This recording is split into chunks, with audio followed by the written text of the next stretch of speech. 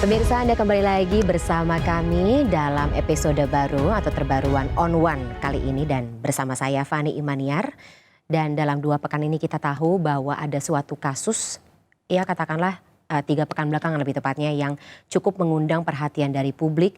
Dan 2 pekan belakangan kasus tersebut atau kasus penganiayaan yang mengakibatkan kerusakan berat atas kondisi kesehatan Kristalino David Ozora ini juga menjadikan perhatian dari publik tersebut tertuju kepada beberapa sosok yang saat ini sudah ditetapkan sebagai tersangka oleh kepolisian dari Polda Metro Jaya. Salah satunya adalah anak yang berkonflik dengan hukum. Saya kembali akan menekankan untuk menggunakan terminologi anak yang berkonflik dengan hukum dalam episode One on One kali ini karena memang itulah yang sudah ditetapkan oleh aturan perundang-undangan terkait dengan pidana anak dan juga peradilan anak, serta memang kondisinya tersangka ini merupakan salah satu anak yang berusia di bawah umur, masih berusia 15 tahun, yakni AG. Dan kemarin Kejaksaan Negeri Jakarta Selatan menetapkan berkas atau pemberkasan dari AG ini adalah P21 yang berarti penyidikan akan dilanjutkan ke tahap selanjutnya. Saya akan membahas bagaimana proses atau ingin menanyakan bagaimana proses hukum ini akan berjalan karena memang untuk persidangan terkait dengan anak berkonflik dengan hukum ini memang jangka waktunya lebih cepat daripada mereka yang berkonflik atau mereka yang berproses dalam pidana dewasa. Sehingga memang tentunya akan ada sedikit adjustment atau penyesuaian terkait dengan bagaimana tim kuasa hukum khususnya untuk melakukan strategi dan juga langkah hukum ke depannya.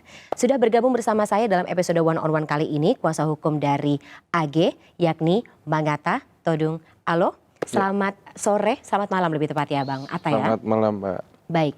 Bang Atta, kabarnya hari ini sebelum menuju ke studio One on One atau studio kita hari ini sempat mendampingi Kementerian Pemberdayaan Perempuan dan Anak serta Kementerian Sosial ya untuk ketika mereka memang ada agenda untuk mengunjungi klien Anda AG, betul?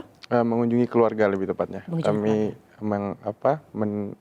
mendampingi pihak dari Kemen PPA dan Kemensos untuk bertemu dengan orang tuanya.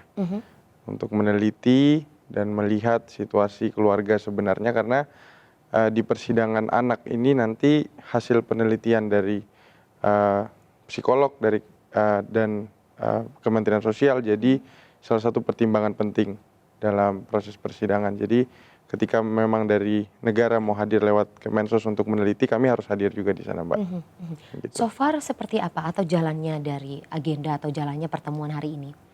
Tadi memang ada pertemuan tertutup pastinya antara orang tua dan pihak Kemensos lebih ke menyampaikan kira-kira proses ke depan akan bagaimana.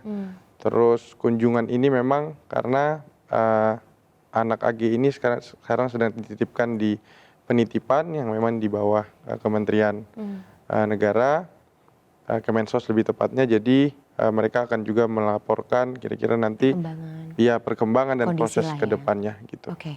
Kalau reaksi dari orang tua sendiri ini, kedua orang tuanya sama-sama hadir dalam pertemuan hari ini?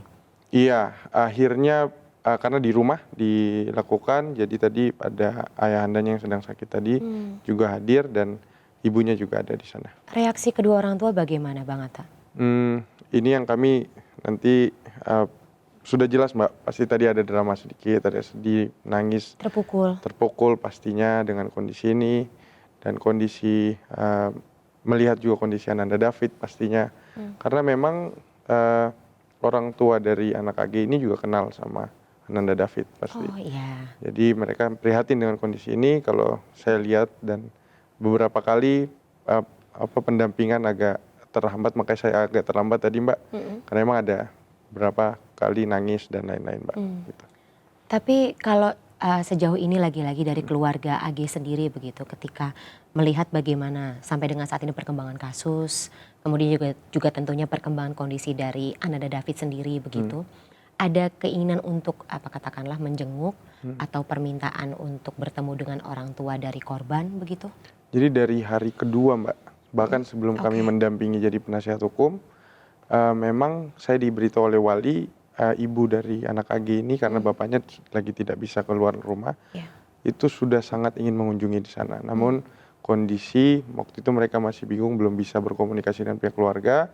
Dan pada saat kami masuk juga kami menyampaikan demikian, kami berkomunikasi juga dengan pihak kuasa hukum dalam hal ini teman-teman LBH Ansor, situasinya masih belum kondusif menurut teman-teman, dan kita lebih fokus mendoakan karena tim medis pasti sudah bekerja dengan baik daripada harus mencari simpati dan simpati masyarakat yang memaksa kami untuk lihat di media, Mbak. Padahal kami terus berkomunikasi dengan pihak keluarga, penasihat hukum dalam hal ini LBH Ansor, mengenai kami berniat terus untuk menghadiri di sana, dan sekali lagi kami menghadiri di sana bukan untuk hanya disorot oleh media, tapi benar-benar ingin pertemuan tertutup, Mbak. Sebisa mungkin kami lakukan ini karena Ananda AG ini bercerita ke kami juga, bahkan mohon maaf, Bang Jo, ayahanda dari David, juga sangat baik kepada Ananda AG. Jadi ini memang suatu dilematis yang kami akan sampaikan di persidangan pasti, mengenai mens rea, mengenai kejadian ini bagaimana sebenarnya posisi anak AG. Akan Gitu, masuk Mbak. dalam pemberkasan atau katakanlah Pasti nanti kita, pembuktian bahan untuk tim kuasa hukum. Iya, Mbak. Oke, saya ingin garis bawahi, Bang Jo, ayah dari korban, sayang sama klien Anda, sama AG. Jadi ini menurut keterangan klien kami, anak AG ini waktu masih berpacaran dengan Ananda David memang berhubungan sangat baik, Mbak, dengan Keluarganya juga. keluarganya. Jadi bahkan dia mengakui diperlakukan sangat baik. Jadi ketika ini tanpa masuk apa-apa, ketika ini kejadian juga dan dia dituduh sebagai provokator dan biang kerok, ini juga memang harus kami luruskan. Tapi sekali lagi tanpa mengesampingkan kondisi Ananda David, kami biar buktikan ini di persidangan aja. Gitu. Tapi berarti sampai dengan saat ini memang belum ada hubungan apapun antara keluarga dari AG ke keluarga dari Ananda David. Tapi rencana tersebut masih akan tetap, ya kalau ada memang kesempatan itu ada, akan dijalankan begitu ya, bertemu. Secara langsung memang belum, Mbak. Tapi kami dari kuasa hukum ke kuasa hukum sudah intensif. Cukup tiap ada pertemuan, bahkan di teman-teman media kami kalau bertemu dengan pihak-pihak kuasa hukum LBH Ansor, kami akan sampaikan dan benarnya apakah sudah bisa. Oke. Upaya pertemuan dan juga katakanlah permintaan maaf ya tentunya. Iya, pastinya, Mbak. Ini merupakan salah satu bentuk perjuangan untuk mendapatkan diversi juga kah gitu. Kalau misalnya kita melihat bagaimana konteks atau kemarin disebut gitu bahwa ada salah satu upaya hukum yang bisa dilakukan oleh AG saat ini, yakni diversi. Seperti apa tim kuasa hukum memandangnya? Jadi diversi ini ketika kami sudah dikenakan pasal 355 ayat 1, memang sudah tidak dimungkinkan berdasarkan undang-undang SPPA. Tertutup ya? Betul, karena di atas 7 tahun. Seperti Mbak Melisa dan teman-teman LBH Ansor sampaikan. Jadi memang niat kami untuk pertemuan ini adalah memang untuk menyampaikan prihatin, permohonan maaf sebenarnya, Mbak. Kalau dibilang kejar diversi sih enggak. Walaupun di persidangan memang ada Perma nomor 4 tahun 2014 itu yang membuka ruang itu. Tapi balik lagi, poin kami adalah bukan untuk itu, tapi memang untuk bertemu dengan pihak keluarga sebenarnya. Dari keluarga dengan keluarga. Bahkan kami mungkin nanti pihak kuasa hukum nggak perlu ke sana, Mbak. Karena dan bahkan kalau bisa kami tanpa sepengetahuan teman-teman media ke sana. Tertutup. Dan hanya privasi kedua keluarga saja begitu saja. ya. Itu Baik, rencana kami. terpisah dari proses hukum. Ini hanya pasti untuk urusan kemanusiaan seperti Mbak. itu. Betul, Mbak. Baik, saya masuk ke topik terkait dengan kemarin ketika klien Anda datang ke Kejari Jakarta Selatan untuk tadi pemberkasan atau sudah masuk ke tahap P21 seperti itu. Kalau boleh dijelaskan sedikit Bang Atta, apa saja kemarin yang berjalan? Jadi kemarin kami dari tempat penitipan anak AG itu ke Polda dulu untuk pemeriksaan kesehatan dan finalisasi berkas. Dan pastinya tim Polda juga koordinasi dengan pihak Kajati. Setelah berkas rampung disampaikan ke Kejaksaan Negeri, baru kami serah terima di sana dari kepolisian dengan pihak Kejaksaan Negeri untuk pengecekan barang bukti dan lain-lain. Kami hadir juga bersama teman-teman dari Kemen PPA yang terus hadir memberikan support dari psikolog, tim psikolognya. Bahkan tadi kemarin ada Bu Asdep langsung dari asisten deputi Kemen PPA hadir. Terus ada juga dari Kemensos pastinya yang selalu hadir untuk membersamai proses kemarin. Jadi di sana kita anak AG sempat ditanyakan beberapa pertanyaan Berkaitan dengan? Berkaitan dengan BAP yang sudah disampaikan di kepolisian dan beberapa hal mengenai langkah-langkah ke depan juga di brief secara singkat lah. Oke. Dan AG pasti memang sudah diberikan atau disounding oleh tim kuasa hukum sebelumnya. Iya. Tapi bagaimana reaksi atau kondisi klien Anda kemarin ketika pemeriksaan? Dengan kami pasti memberitahukannya dengan bahasa sederhana ya Mbak, karena pemahamannya dia juga masih berbeda dengan kita.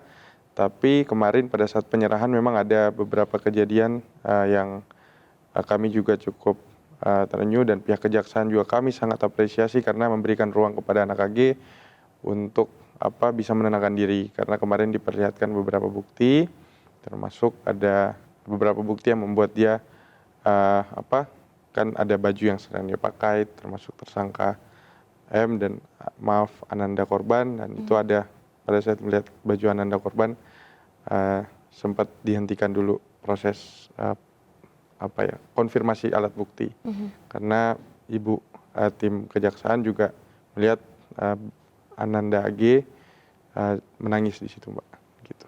Cukup lama sampai akhirnya makanya agak terlambat kemarin proses serah terimanya.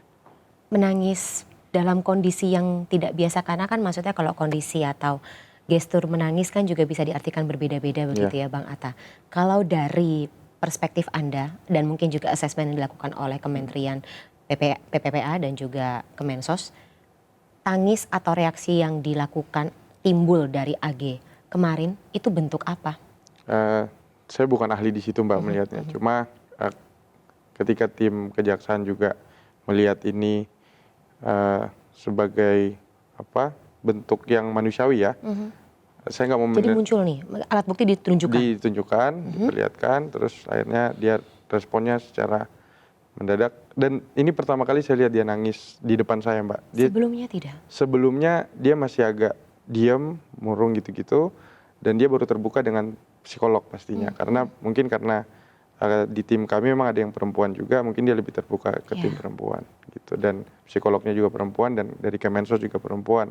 Dia lebih terbuka ke mereka. Dan kami hanya dari tim kuasa hukum hanya mendapatkan cerita, dan untuk pertama kali ini saya lihat langsung yang begitu Mbak, yang What menangis. happened?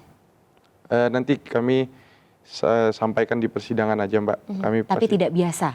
Iya, nanti Reaksi karena nanti biasa, ya? itu pasti ada di laporan teman-teman Apsifor juga pasti, dan tim penelitian sosial dari Kemensos pasti Mbak. Oke. Reaksi tidak biasa yang sebelumnya tidak pernah Bang Atta lihat ya dari klien langsung. Anda ya. Ya. Oke, kalau boleh tahu alat bukti yang ditunjukkan kemarin kepada klien Anda apa saja? Banyak Mbak, itu pasti ada nomor polisi mobil yang digunakan, ada pakaian yang digunakan pada saat itu, terus beberapa ya kurang lebih itu aja sih Mbak. Ada beberapa peritilan lain yang mungkin tim penyidik yang lebih berhak untuk menyampaikan. Yang men-trigger klien Anda, baju yang dipakai oleh korban? Ya, baju Ananda David ya. Pada saat pemeriksaan apakah klien Anda juga mengatakan atau menanyakan bagaimana dengan kondisi korban saat ini, atau selama pendampingan dari tim kuasa hukum rutin menanyakan bagaimana kondisi dari korban? Ini Mbak, kami nggak mau buat-buat ini, cuma balik lagi Ananda AG ini kadang ke kami dia terbatas, kadang kalau mau meluapkan, tapi tiap hari menurut pendamping sosial yang mendampingi tiap hari, kami dilaporkan ternyata dia selalu menanyakan itu ke tim pendamping sosial, dan tiap malam kadang nangis gitu-gitulah Mbak. Gitu. Reaksi yang bisa dibilang cukup manusiawi begitu ya, apalagi dari seorang anak usianya masih 15 tahun. Ya teman-teman mungkin terutama bagi kita perempuan ketika usia kita masih 15 tahun dulu pasti ingat bagaimana kita melihat dunia, menghadapi dunia, dan saat ini ada kalanya ketika seorang anak yang masih berusia 15 tahun, perempuan terlibat dalam sebuah kasus pidana, ya tentunya reaksinya bisa dibilang ya mungkin tidak seperti perspektif atau tidak seperti penghakiman teman-teman warganet biasa. Tapi itulah yang terjadi begitu ya Bang Atta ya. Iya. Nah, ketika pemeriksaan kemarin, teman-teman dari kejaksaan, kemudian tentunya juga pendamping dari AG sendiri, bagaimana bersikap? Dari teman-teman kejaksaan menggunakan SOP selama ini kami lihat dengan baik, dari kepolisian kejaksaan menggunakan baju yang tidak berseragam di ruangan yang bukan ruangan pemeriksaan, tapi ada ruangan memang anak ternyata di Kejaksaan Negeri Jakarta Selatan. Terus yaitu mereka menggunakan pendekatan yang sangat ramah karena kami juga advokat sudah cukup lama berhubungan dengan teman-teman ini, berbeda memang treatmentnya. Dan seperti Pak Kajari sampaikan kemarin, tim kejaksaannya ini memang yang certified untuk anak memang. Jadi kami lihat itu sih, ibu yang menangani, yang menanyakan, cara menanyakan dan lain-lain sudah sesuai, sampai saat ini cukup sesuai dengan undang-undang SPPA kami lihat Mbak. Dari evaluasi tim kuasa hukum Dari seperti evaluasi itu, kami, tentunya diapresiasi dan apresiasi. Semoga ini juga akan atau pelaksanaan ini juga akan berlangsung ke depan setiap kali ada anak yang berkonflik dengan hukum begitu ya Bang Atta. Betul. Bang Atta, saya masih ingin menggali terkait dengan bagaimana proses hukum ini akan berjalan ke depannya karena pekerjaan ini akan semakin berat kalau kita lihat bagi tim kuasa hukum tentunya ya. Tapi di segmen berikut ya Bang Atta, kita jeda sejenak pemirsa, program One on One akan kembali setelah jeda berikut. Tetaplah bersama kami.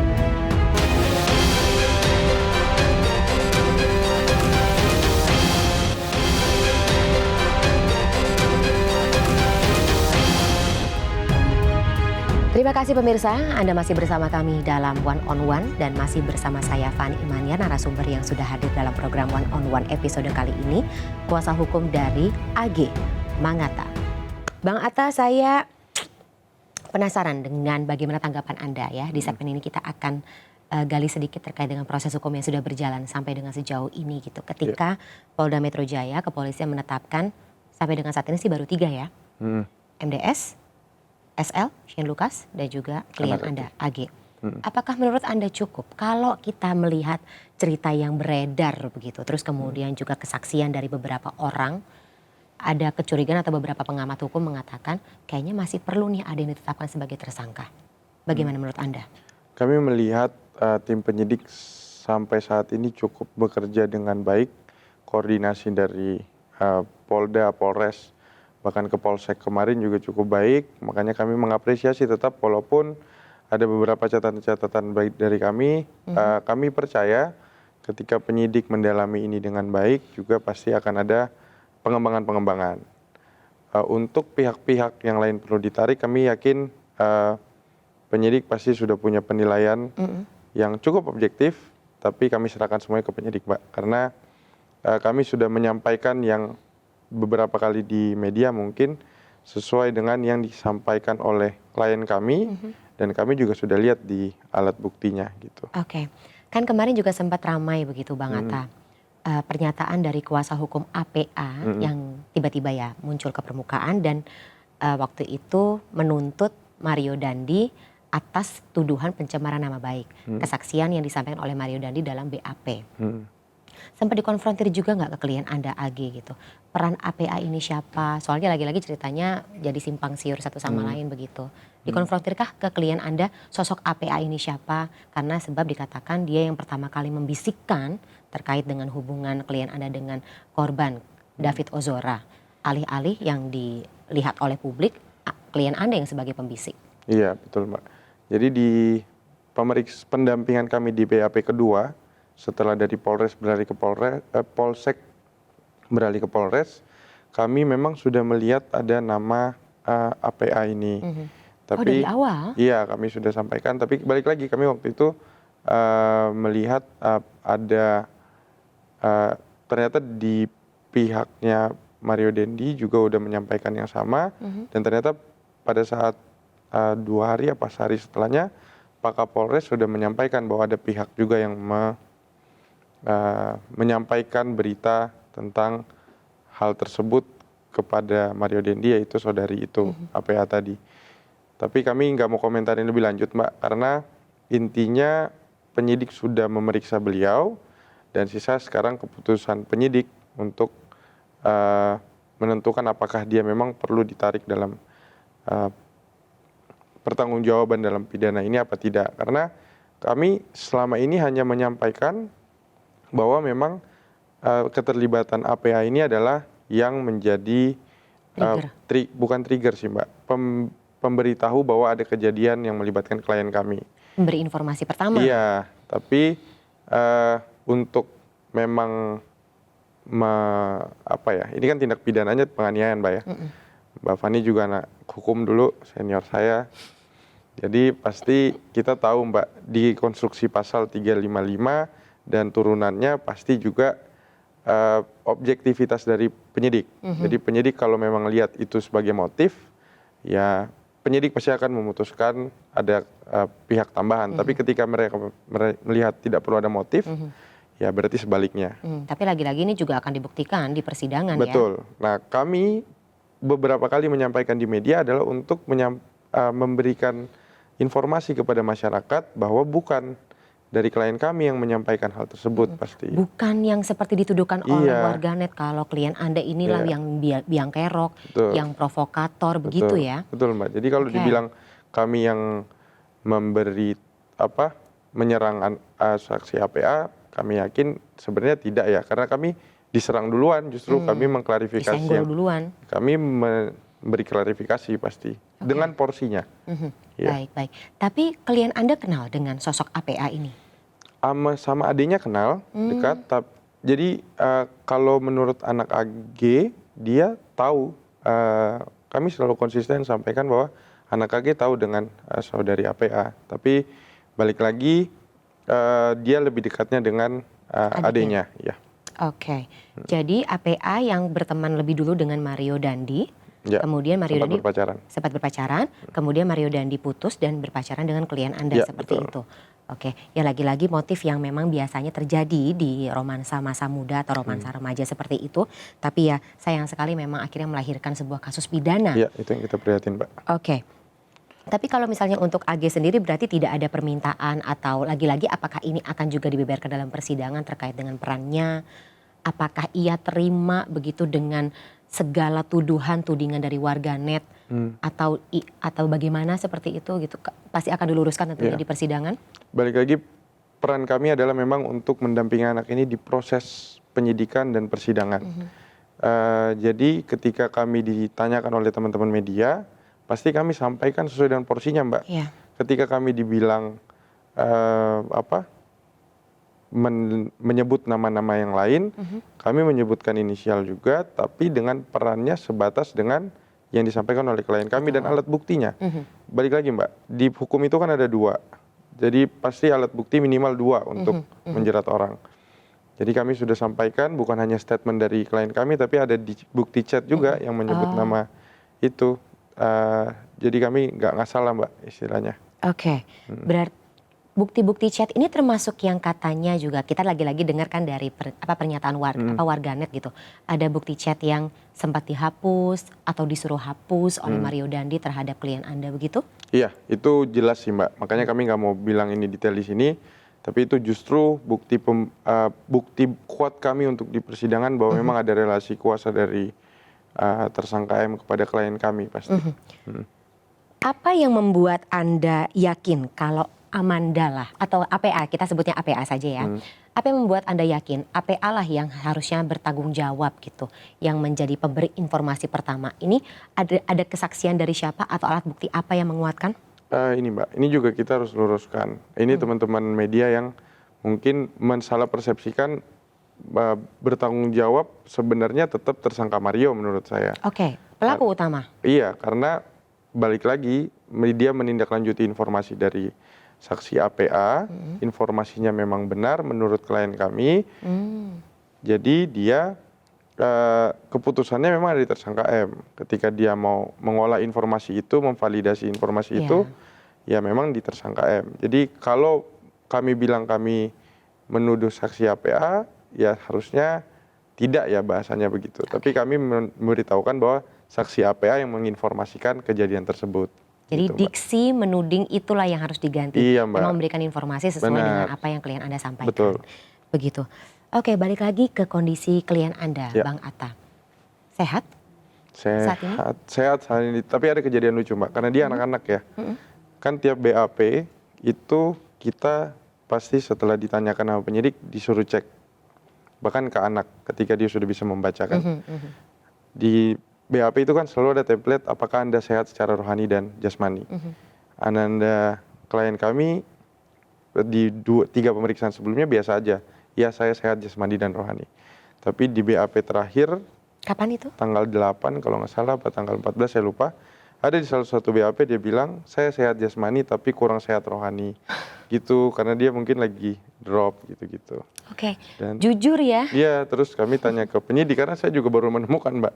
Biasanya kalau kami pendampingan di kepolisian, kita iakan aja di part itu kan. Set template Iya, lah ya. set template, benar. Akhirnya gimana nih Bu? Dia mau jawabnya gini, oh ya nggak apa-apa gitu. Dia mau jawab begitu gitu. Oke. Iya. Ada cerita dari tempat penitipan anakkah gitu, Bang Atta? AG kesehariannya seperti apa? Iya.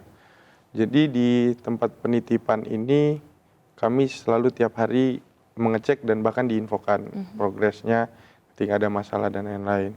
Karena kami tidak bisa tiap hari mendampingi, jadi di sana dan kunjungannya juga terbatas banget ya Mbak. Dan di sana memang ada beberapa progres termasuk soal psikisnya anak AG. Memang awal-awal agak drop, sekarang sudah mulai menyesuaikan, tapi ketika memang ada peralihan kayak kemarin di kejaksaan itu ada sedikit penurunan lagi gitu. Apalagi dengan pemeriksaan bukti kan dia benar-benar terisolir ya Mbak, nggak boleh buka sosmed dan macam-macam, kegiatannya hanya olahraga, makan, minum, ngepel gitu-gitu. Bersosialisasi pun tidak? Bersosialisasi ada sama beberapa pihak di sana, tapi pihak di sana nggak tahu kalau dia sebenarnya anak AG gitu. Disamarkan identitasnya? Iya, ini bentuk yang kami apresiasi dari negara karena mereka tetap menjaga hak dari anak ini. Gitu. Oke. Ketika klien Anda mengatakan tidak sehat secara rohani seperti itu, apakah juga ada assessment di tempat penitipan anak, berdoa, perubahan cara berdoa, perubahan durasi atau kualitas dan juga kuantitas berdoanya dalam satu hari begitu? Iya, kalau itu kami belum tanyakan lebih detail, Mbak. Cuma nanti ada laporan pendampingan sosial dari pekerja sosial, Peksos namanya, itu nanti akan disampaikan ke majelis. Jadi kami yakin apapun yang dilakukan oleh anak AG sesuai dengan ceritanya kepada kami yang memang dia rasakan, saya yakin nanti akan sesuai dengan catatan di persidangan, Mbak. Gitu. Oke.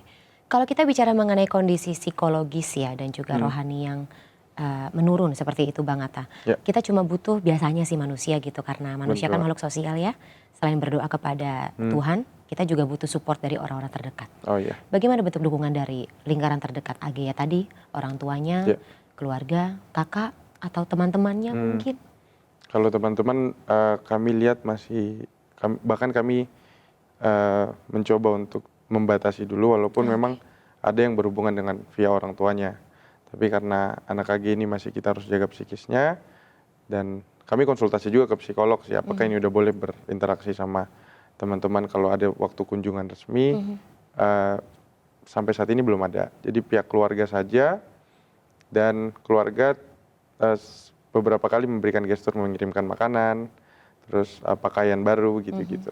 Kurang lebih sih gitu aja sih Mbak. Dan itu juga tentunya menjadi sebuah faktor untuk perkembangan psikologis tersebut ya. Betul Mbak. Baik, untuk klien Anda sendiri, lagi-lagi mungkin kepada anggota tim kuasa hukumnya Bang Atta yang mungkin lebih dekat atau juga lebih rutin berhubungan dengan AG begitu. Apakah AG sempat menanyakan, lagi-lagi kan kalau misalnya kita bicara mengenai diri kita di usia 15 tahun, kemudian perempuan lagi yang kondisi emosionalnya biasanya kan lebih sering naik turunnya daripada laki-laki ya. Memikirkan bahwa apakah yang terjadi pada dirinya saat ini itu adil atau tidak begitu. Karena kalau kita lagi-lagi kemarin sempat berdiskusi dengan sesama kuasa hukum juga. AG ini adalah anak yang ya katakanlah baru pertama kali gitu berpacaran atau berhubungan dekat dengan pria yang usianya jauh lebih tua seperti itu. Dan selama ini mendapat perlakuan yang seperti putri begitu ya. Perempuan mana sih yang tidak merasa GR gitu ya, merasa dihargai gitu dengan perlakuan tersebut. Terus kemudian juga akhirnya terlibat dalam kasus seperti ini gitu. Apakah dia merasa this is not fair for me? Begitu? Ini ya, makanya sifat anak AG ini memang menurut saya agak berbeda. Jadi dia lebih benar-benar tertutup, dia menutup itu, dia mungkin merasa ini dirinya, dia lebih ke lebih ke diam sih Mbak. Kadang bahkan ke kami dia menyembunyikan bahwa dia lagi sedih kadang. ternyata kami dapat informasi dari teman-teman Peksos baru diluapkan ke sana. Makanya kami kaget ketika kemarin di kejaksaan dia berani meluapkan ekspresinya itu. Jadi kalau dibilang dia apa tadi Mbak? Mempertanyakan bahwa ini adil atau tidak, sampai saat ini ekspresi itu kami lihat langsung belum ada. Lebih kepada kadang dia nanya, Bang Atta, David gimana ya sekarang gitu. Ada beberapa kali, 1-2 kali lah. Tapi dia lebih terbuka dengan ada salah satu mbak dari Peksos itu. Oke. Apa saja yang biasanya lebih atau katakanlah sering ia tanyakan, sering ia ingin obrolkan gitu? Sekali lagi agak terbatas kalau ke saya Mbak untuk hal-hal ini kecuali tentang kejadian perkara. Tapi ada beberapa kali dia titip makanan yang dia suka, kayak ada minuman khusus, ada makanan khusus, dia titip, Bang titip ini gitu. Mungkin karena kami cowok ya. Iya tapi nggak apa-apa, itu lagi-lagi kan sebuah refleks yang manusiawi ya, Iya, terutama Mbak, dari betul. anak usia 15 tahun. Tapi lagi-lagi pertanyaan kondisi korban tetap ditanyakan seperti itu ya. Iya, secara sadar nggak sadar dia kadang nyeletuk nih anak nanya. Sempat juga kontak atau katakanlah menanyakan sama keluarga gitu, memang apakah keseharian AG ini adalah selama ini tidak seekspresif itu gitu, tidak seekspresif usia anak 15 tahun pada umumnya, atau ketika kejadian ini saja, atau ketika kejadian ini barulah itu tembok ia bangun gitu untuk tidak bisa seekspresif yang seharusnya. Iya, Mbak. Jadi seperti yang kami sudah ceritakan, kami juga tadi bertemu dengan keluarganya yang cukup lama tadi waktunya, kami berinteraksinya juga cukup lama. Sampai tadi ngobrol sama mboknya, bibi yang bantu-bantu di rumah, itu melihat kondisi keluarga ini kan sejak 3 tahun terakhir memang lagi drop karena sakit itu. Bapaknya sakit, terus tiba-tiba ibunya sakit, dan 1 tahun terakhir ada kakaknya yang sakit. Nah mboknya ini cerita kami tarik secara terpisah, ngobrol di luar sambil makan. Mboknya cerita bahwa sejak di SMA ini, apalagi mungkin karena gadget juga ya, jadi memang anak AG ini lebih tertutup, sekarang kadang lebih ngobrol seperlunya, dan memang kadang ada gestur-gestur cerianya dia tapi nggak seperti waktu masih kelas SD kelas 6 SMP gitu. Jadi mboknya ini udah ikut dari 4 SD. Jadi dia lihat perkembangannya anak AG ini memang pada saat transisi ke 3 SMP ke 1 SMA ini memang kan usia kritis ya Mbak. Remaja-remaja gitulah.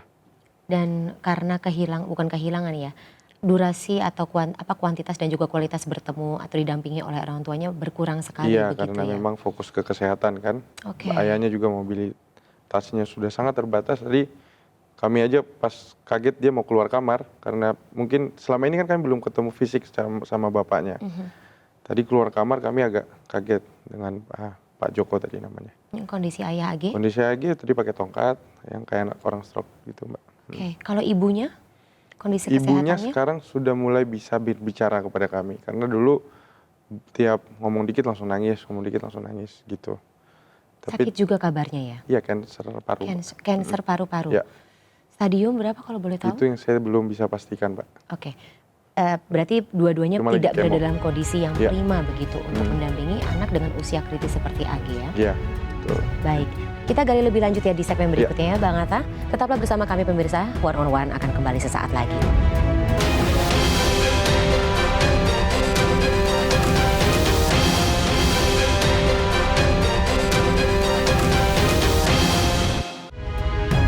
Pemirsa, Anda masih bersama kami dalam One on One dan masih bersama saya hari ini narasumber di program One on One episode kali ini, Bang Atta Todingalo. Baik, Bang Atta, kita bicara atau masuk dalam terminologi yang namanya anak berkonflik dengan hukum. Untuk warganet terutama ya yang cepat bereaksi, konteks ini, diksi ini asing ternyata. Mereka hanya mengetahui saat ini itu orang yang terlibat dalam kasus atau anak yang terlibat dalam kasus pidana ya disebut pelaku, tersangka seperti biasa. Dan kita tidak bisa menafikan ada presiden tersendiri gitu yang dilabeli oleh warganet terhadap anak-anak yang berkonflik dengan hukum ini sendiri. Bagaimana tim kuasa hukum menghadapi label atau stigma yang muncul selama ini atas klien Anda, tapi juga tidak katakanlah harapannya tersendiri gitu bagi negara khususnya institusi hukum, lembaga hukum dalam menangani anak-anak yang berkonflik dengan hukum. Jadi jangankan teman-teman warganet Mbak, kami juga sebagai advokat untuk menghandle kasus dengan undang-undang SPPA ini cukup baru dengar juga dengan nama anak yang berkonflik dengan hukum. Dan kami akhirnya mempelajari semangat dari undang-undang ini, ternyata memang untuk melindungi, memang anak korban juga, terutama Ananda David dan anak AG sebagai pelaku. Jadi terminologi anak yang berkonflik dengan hukum ini dilindungi oleh hak-hak yang diberikan oleh undang-undang, termasuk dengan proses persidangan yang seringkas mungkin, dengan tata cara yang ramah anak. Jadi istilahnya itu bukan hanya asal istilah, tapi memang treatmentnya memang diatur sedemikian rupa dalam undang-undang perlindungan anak dan undang-undang SPPA pasti. Dan itu kami lihat selama ini cukup dan sangat berjalan dengan baik Mbak. Dari baik tingkat kepolisian sampai tingkat kejaksaan ini, sampai saat ini. Yang menjadi pekerjaan rumah selanjutnya adalah bagaimana mensosialisasikan hal tersebut ya. Betul. Tapi kalau untuk durasinya sendiri yang begitu singkat, kalau boleh saya dikoreksi, berapa hari atau berapa lamanya? Jadi di penyidikan itu 7 hari, baru ada opsi perpanjangan 8 hari. Pada saat mau penuntutan ini ada 5 hari Mbak, nanti ada opsi perpanjangan 5 hari lagi. Berarti sudah 5, 8, 7, udah 25 hari ya.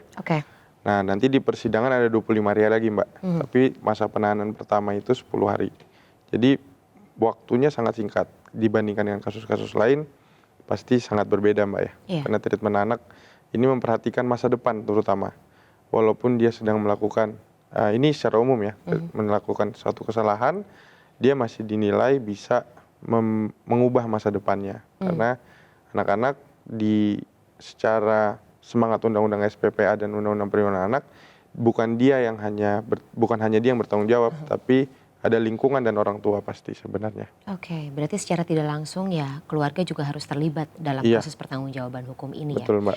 Nah dengan durasi yang sangat sedikit atau sangat sempit itu, bagaimana tim kuasa hukum katakanlah menangani, dan tentunya pasti kan ada langkah-langkah yang berbeda dengan kalau Anda menangani kasus hukum pidana biasa. Betul.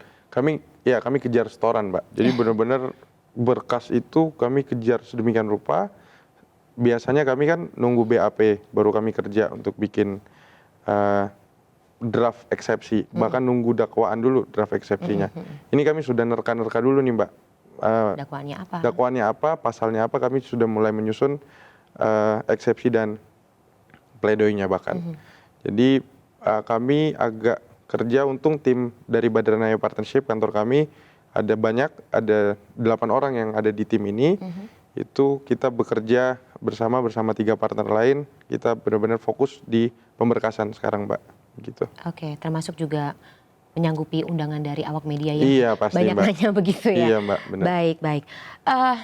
Tantangannya apa saja sebagai tim kuasa hukum begitu dalam menangani kasus pidana yang melibatkan anak dengan kalau melibatkan orang dewasa biasa? Dengan atensi media yang sebesar ini Mbak, memang tantangannya kami ini justru lebih ke 2 tempat. Jadi kami harus mengklarifikasi di media karena ini sudah jadi sorotan publik. Salah satu tugas kami. Penghakiman yang sangat masif. Iya, betul Mbak. Asas equality before the law-nya jadi tidak ada nih sekarang. Makanya kami sebagai kuasa hukum juga yang nanti akan jadi penasihat hukum akan benar-benar bekerja maksimal juga untuk di media ini, untuk menyamakan atau setidaknya memberikan versi dari kami. Nah, pada saat pembuktian kami juga tetap kerja di situ pastinya. Itu sih beratnya lebih di medianya sih Mbak. Termasuk dalam pemberkasan eksepsi ini, kalau biasanya pelaku dalam pidana, pelaku dewasa dalam pidana kan akan menyampaikan permohonan maaf gitu, mengakui kesalahan.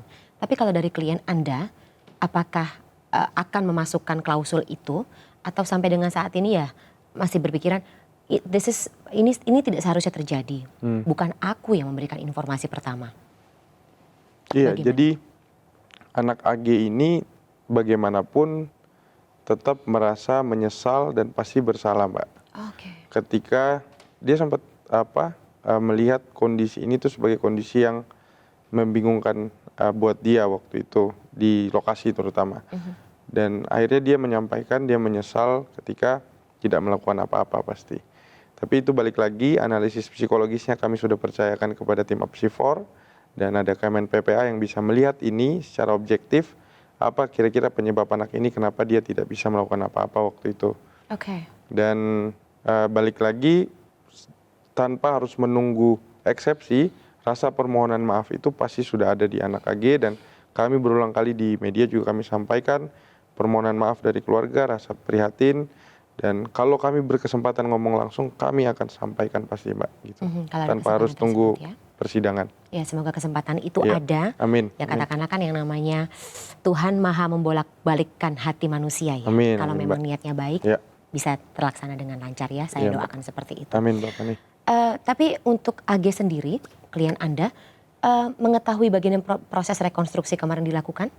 Iya, kami laporkan ke dia karena kami konfirmasi beberapa hal. Ada beberapa hal yang viral juga soalnya. Iya, disorot. yang Mungkin Anda terkait juga itu, tahu ya? udah tahu, Mbak. Jadi untuk itu dan penyebabnya kenapa dia melakukan itu sudah kami tanyakan, dan itu ternyata sudah dicatat oleh tim psikolog juga. Ternyata ada penyebabnya, tapi balik lagi itu nanti porsinya di pembuktian. Kami akan sampaikan di pembuktian juga. Dan Ada sebab. Iya, jadi kenapa ya kayak mungkin teman rekan saya yang lain sudah sampaikan di media juga bahwa ketika anak merokok itu melakukan tindakan itu pasti ada stres atau lagi enjoy. Nah, ini bukan porsi kami untuk menjelaskan apa kira-kira yang menyebabkan anak ini melakukan itu. Nanti biar laporan Apsifor yang menyampaikan, karena setelah rekonstruksi ada pemeriksaan Apsifor lagi. Itu sudah atau katakanlah lagi berlangsung berarti saat ini? Sudah. Sudah Cuma diserahkan laporannya kepada- belum sampai ke kami. Oke. Iya. Apapun laporannya tetap itu akan menjadi sebuah Iya, pembuktian tetap sendiri di persidangan ya? Kami jadikan bahan pembelaan juga pasti, Mbak. Karena kami yakin Apsifor cukup objektif, apapun hasilnya kami akan sampaikan juga, karena pemeriksaan dari majelis atau hakim tunggal nanti kami tidak tahu. Ini akan mendudukan semua alat bukti secara setara pasti. Yang penting tertutup. Iya, harus Begitu. tertutup, Pak. Kecuali Baik. putusan boleh terbuka katanya. Baik. Kalau dari kacamata Anda, Ya. Bang Atta, bagaimana sistem peradilan dan juga persidangan terhadap anak yang berkonflik dengan hukum di Indonesia selama ini berjalan? Apakah sudah sesuai dengan aturannya? Atau menurut Anda kira-kira mungkin ini juga bisa menjadi sebuah masukan bagi nanti ketika AG menjalani persidangan supaya tetap sesuai dengan ya koridor hukum yang seharusnya? Iya, jadi memang kami lihat, kami sebagai praktisi hukum, apalagi dari kantor kami Badan Naya Partnership, pertama kali untuk menghandle kasus anak. Oke. Jadi kami melihat untuk kasus anak AG ini cukup baik sebenarnya penerapan Undang-Undang SPPH-nya. Namun kami berharap ternyata ada satu mekanisme, yaitu penelitian oleh PK Bapas. PK Bapas ini di bawah Kementerian Hukum dan HAM. Jadi kami, setahu saya sebelum pembacaan dakwaan, ada pembacaan hasil dari PK Bapas ini. Nah, ini yang memang kami lihat beberapa kali PK Bapas hadir, tapi kami lihat belum terlalu mendalami sebenarnya apa yang menjadi penyebab dari anak ini. Tapi kami berharap PK Bapas masih Bapas apa kalau mungkin bisa dielaborasi lebih lanjut? Badan Pemasyarakatan, saya lupa kepanjangannya, Mbak. Cuma di laporan PK Bapas gitu tulisannya. Nah, PK Bapas ini kami berharap sih bisa lebih menggali lagi sebenarnya, Mbak, dan bisa berkolaborasi dengan instansi lain seperti Kemen PPA dan Kemensos yang hadir tiap hari di anak AG. Jadi kami berharap hasil dari penelitian PK Bapas cukup objektif, karena ini mempengaruhi sekali untuk pengembangan kasus di persidangan nanti. Dan tidak hanya yang dilihat atau dipantau secara kasat mata ya, Betul. tetapi juga secara psikologis. Betul, Mbak Fani, itu yang kami khawatirkan. Tapi kami percaya PK Bapas akan bekerja dengan sebaik mungkin, walaupun tidak tiap hari hadir ya.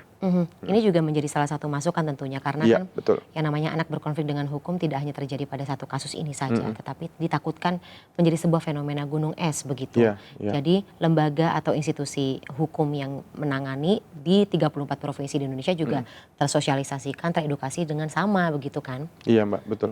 Begitu. Harapan terakhir mungkin dari tim kuasa hukum, ketika ini adalah kasus pertama yang Ya. Bang Atta dan juga teman-teman tangani, ya saya harap sini menjadi kasus terakhir juga ya. Amin untuk anaknya. Ya. Untuk kedepannya dan tentunya mungkin sedikit pesan begitu bagi warganet yang masih sampai dengan saat ini memantau bagaimana proses hukum atas tidak hanya klien Anda, MDS dan juga Shane Lucas juga tetap dipantau seperti itu, tetap dilihat, Iya. kepo.